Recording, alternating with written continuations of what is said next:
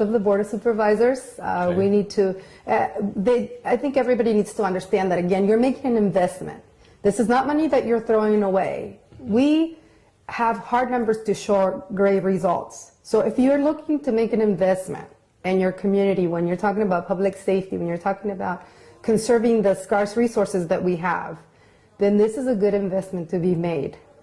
Our Congress people, Ed Royce, Congresswoman Sanchez, who has been a tremendous supporter of our program and who continues to be an advocate for us, Senator Lou Correa, and really your local city councils. We take people in from all over the county. For that instance, with our trafficking program, all over the world.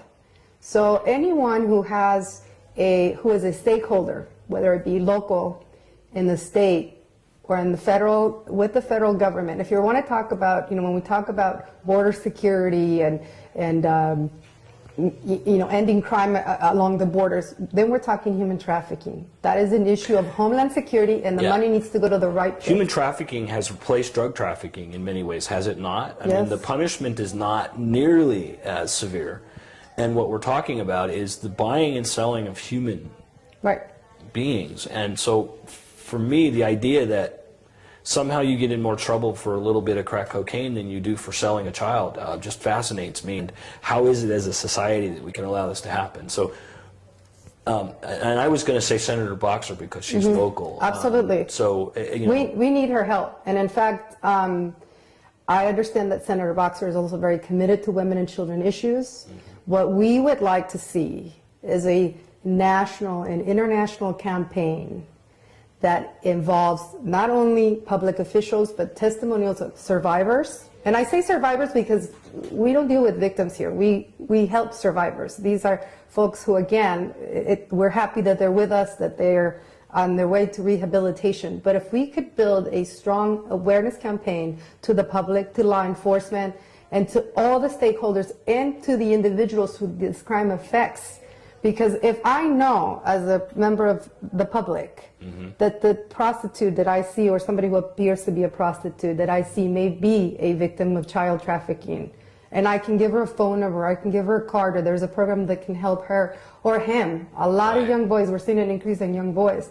Human trafficking is such a huge issue because you're dealing with someone who can be resold and resold over and over again until there's no more use for them, and then they die. And let's get to that point real quick. First of all, the age. I'm hearing, and I haven't been directly involved in case management for quite a long time, but I mean, I'm hearing that kids are coming in as young as 10 or younger. The statistics, and unfortunately, because it's so scattered, because there's such a lack of awareness, I can tell you that we have been to parts of Latin America where they are baby brothels, and this is a common practice. That's unbelievable. And how is it possible that this could happen?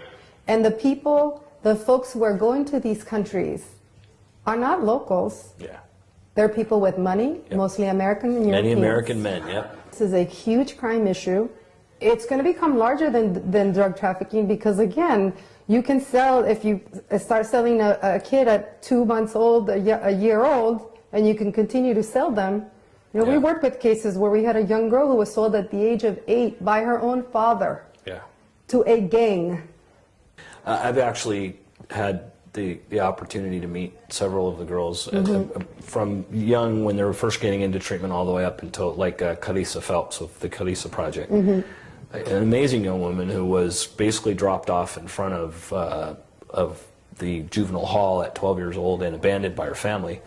Ended up being picked up by a pimp on her way out the door, and is now an attorney and has a master's in mathematics. Just unbelievable. But she's that rare story, and she's now actually doing a program called Why Try, and Why Try is back to that historical problem that kids have. They say, well, why try? I already have a record, I already have this and that. Well, the fact is you need to, and there is hope out there. Absolutely. For the kids that might see this, because it's occasional, that girl whose girlfriend is being sold by her boyfriend, which is becoming more and more common. and I hear this amongst the teenage population here in Orange County, is actually not at all uncommon. Right. What do you tell that young lady about the difference between being the friend and really being a true friend? Right. I mean, how do you... Speak up, speak up. And again, it doesn't have to, I don't advise you to put yourself in a situation where you confront this criminal who's doing this, but simply talking to a trusted adult, a counselor at the school. We have an anonymous hotline that you can call 24 hours a day. We don't know who you are. We are here to help you. And there are a lot of programs that can help. And you brought up an excellent example. I can tell you that every single child that has come through our program and every single young person that has come through our program is a phenomenal human being, because the fact that they made it this far, they have great potential. Yeah. And every single one of those kids and every single one of those young people can be that attorney, can be a stakeholder, can be someone who can change the perspective that people have about the young people today. I mean, if somebody went in front of Congress and told their story, and it wasn't just one, but it was dozens and dozens of kids, maybe the public would be more aware and they would see the benefit in supporting the type of programs that we provide and investing in our future. I think you just made an important point that I want to make sure I touch upon, and that is that many of the kids, as young adults, the suicide rate amongst this group, of course, is horrendous. So the ones that it's true that when you say, a child who's been prostituted, and we don't say a prostitute who Right. truly has been prostituted, bought, sold, and delivered, that the fact that they've survived that long is truly that, it's survival.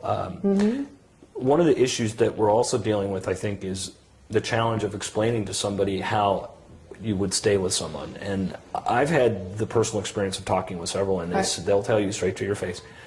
They took a picture of my little brother walking to school, and they said, if you don't do exactly what I tell you, I will kill him. Right. And you've seen what we did to so-and-so or so-and-so, and if you don't think we're going to do that to him or her, your little sister or whatever it might be, even your mom and dad, people care about their families. And so it's generally not even self-peril. It never is. And that's something very common with survivors, is that they are willing to endure the most horrific abuses, but if it happens against somebody they love, that's more than likely when they call for help. We get a lot of women who say, well, he only used to beat me to the point of unconsciousness, but as soon as I saw him trying to do that to my daughter, then that's when I ran. And that's true of family prostitution too. We see that where the mother is forced into it, or in some cases the mother and the oldest sister. Or you do it so it doesn't happen to your little sister. Yeah, and it starts moving down the chain. You take the brunt, right, exactly. It's horrific. I want to give you an opportunity to give some information, so if you could look directly into the camera and tell people how they can get in touch with you and how they can help. Absolutely. We are here. We're an important part of the community. We are here to make a difference, but we can't do it without you. So we need you to be involved, raise the issue of not just violence, but child trafficking, domestic trafficking. We need to put our resources where it makes a difference. We currently are running an awareness campaign locally that's called Change for $1. And the slogan is, do you know what change looks like?